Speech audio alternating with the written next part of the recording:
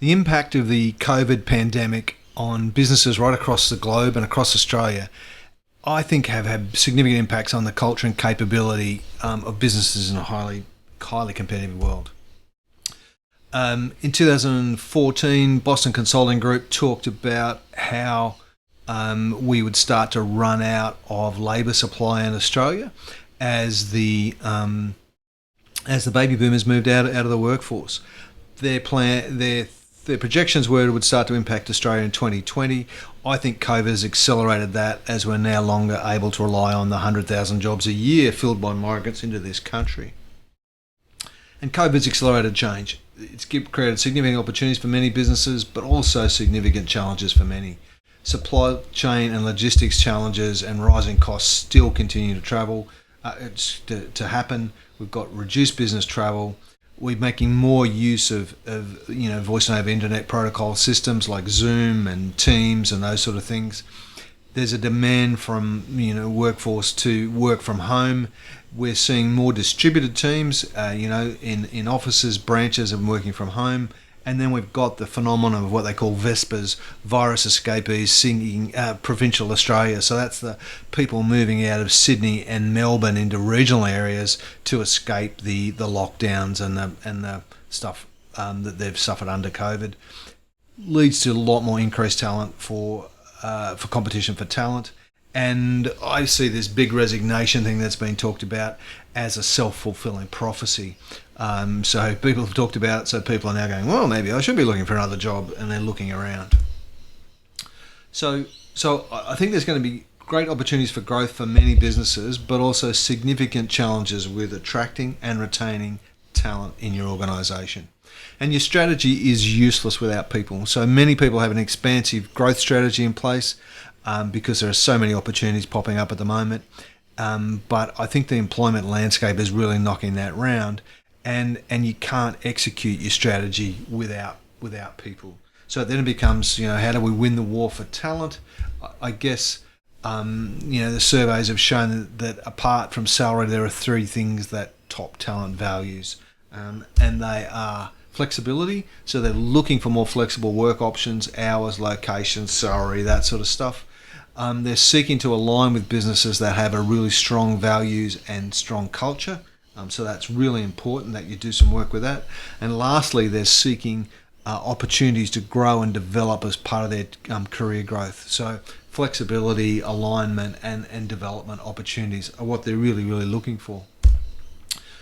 In order to help this, I've come across this system called the Reach ecosystem, and it's probably something that I'm pretty excited about because it is the first system I've seen that provides a really integrated, measurable, capable system that you can apply to your whole team, not just selected individuals, at a reasonable price.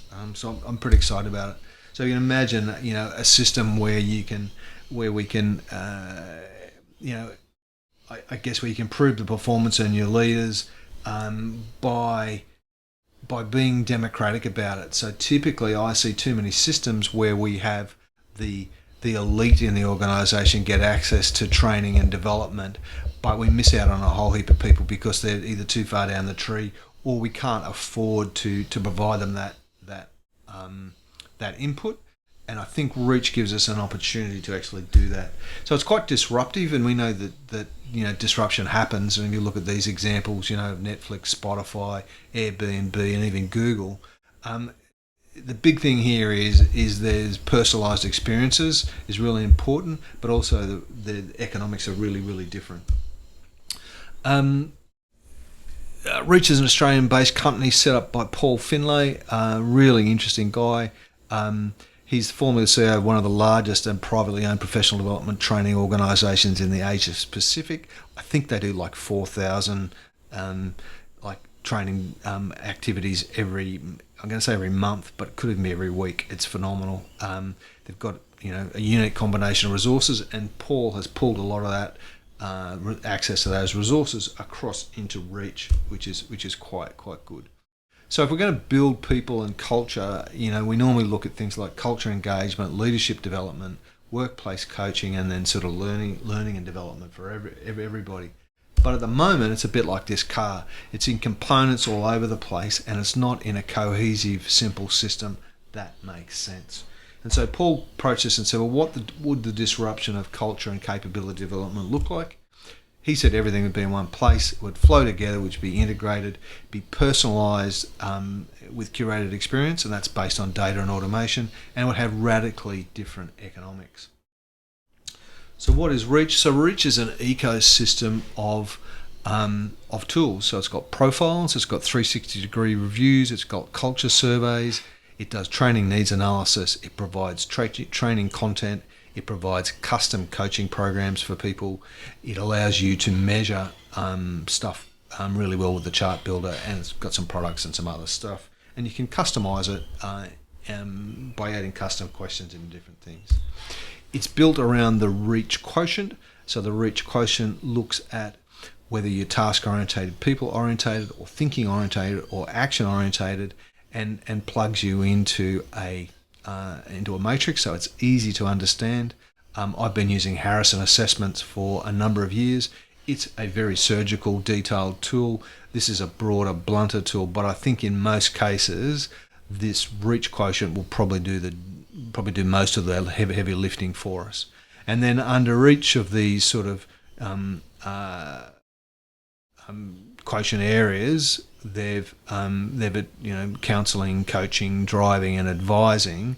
They've evaluated, I guess, the capabilities that sit within those, and our aim with Reach is to increase people's reach. So the circle here indicates where this person plots, and this is the extent of their reach. What we want to do is increase this so that the reach comes up here, and therefore they can start to communicate with other behavioural styles much better. So they can communicate with counsellors, coaches, drivers, communicate and influence. So this is about management and working together as a team, but it's also about sales, and which I think is particularly important.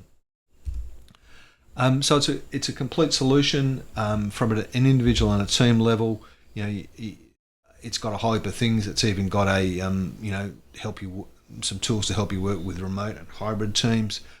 But if you do a Reach profile, it does a couple of things. It automatically then does a training needs analysis based on that, so it builds that for you. It creates custom, not custom, but it then logs you into a whole heap of training content that people can do online, and there's a couple of versions of that. A lot of micro learning activity that we can do, which is really, really powerful. And then it also builds a tailored coaching program that somebody can deliver to help you move through and expand your Reach content. And lastly, it means we can start to measure progress over time. So we can redo the test as many times, or the assessment as many times as we like, and over a period, and start to track whether that person is actually moving and changing over time. For teams and looking at teams, we can do, once we've done the Reach profiles, then we can actually send out to a whole range of people, peers, and even people in their team members, and do a 360-degree review, and it asks and uses similar language to the Reach profile. So once we've done that, it will then help us and really enhance that training needs analysis again, build more training content, and allow us to start to measure stuff over time, and we can start to measure that individual and team's growth in terms of the training.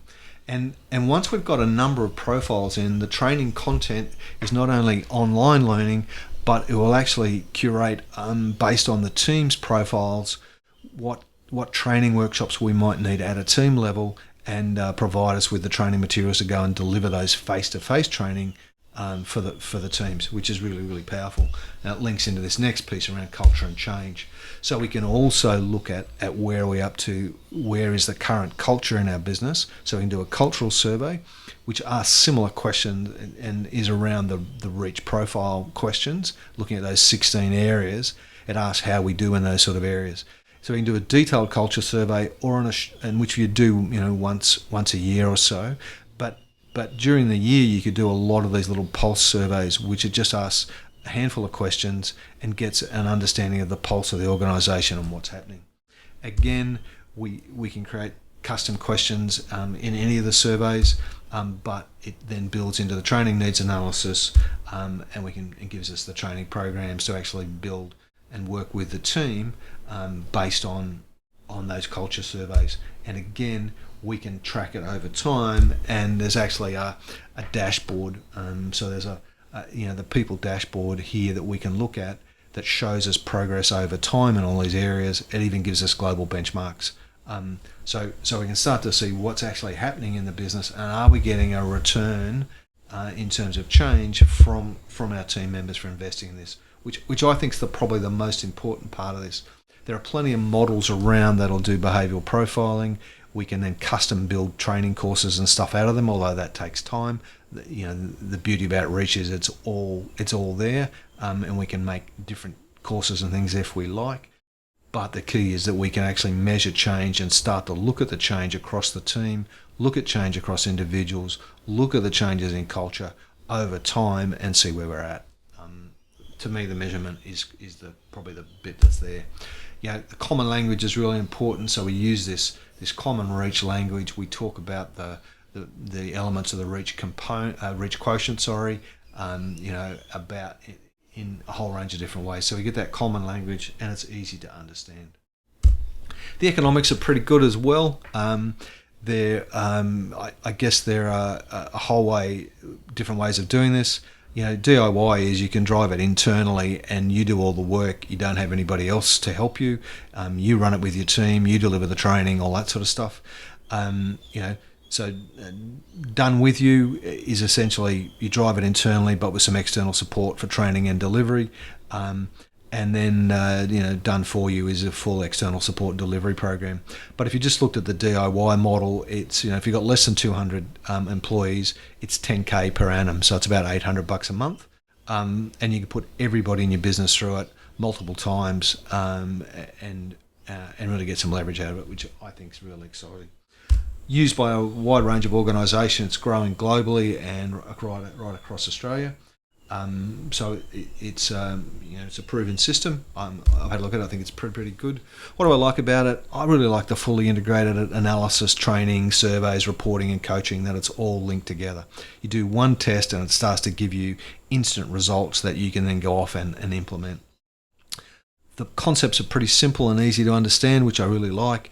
It's scalable, so you can just run it with individuals, you can run teams across it, you can run the whole company across it, and you can get some global benchmarks.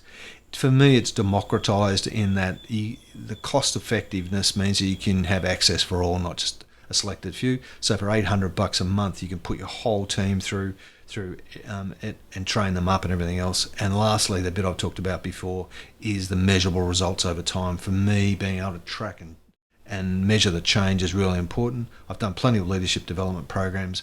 Very few of them can we track in a meaningful way because we don't have any baselines against which to track. So I guess the question is what's going to drive your decision. Do we want to develop all your workforce? Are we attracting and retaining the best talent? Are you looking to reduce some expenses in training and development, or create a competitive advantage for your organisation in building this sort of stuff? I think it's probably a bit of all for most of us, although I think most of us are underspending in terms of training, development and stuff for our teams, so probably reducing expenses is not the big driver for you. But I really think there's some issues to be had in the current environment in terms of attraction and retention of really good talent and building the people we've got to be more resourceful and capable. All right, happy to have a further discussion with you around this at any time. So please just give me a call. The details are here. Flick me an email, text, or pick up the phone and give me a call. Really happy to discuss it with you and see if it's a fit for you and your business. Okay. Thanks for your time. I'll talk to you soon.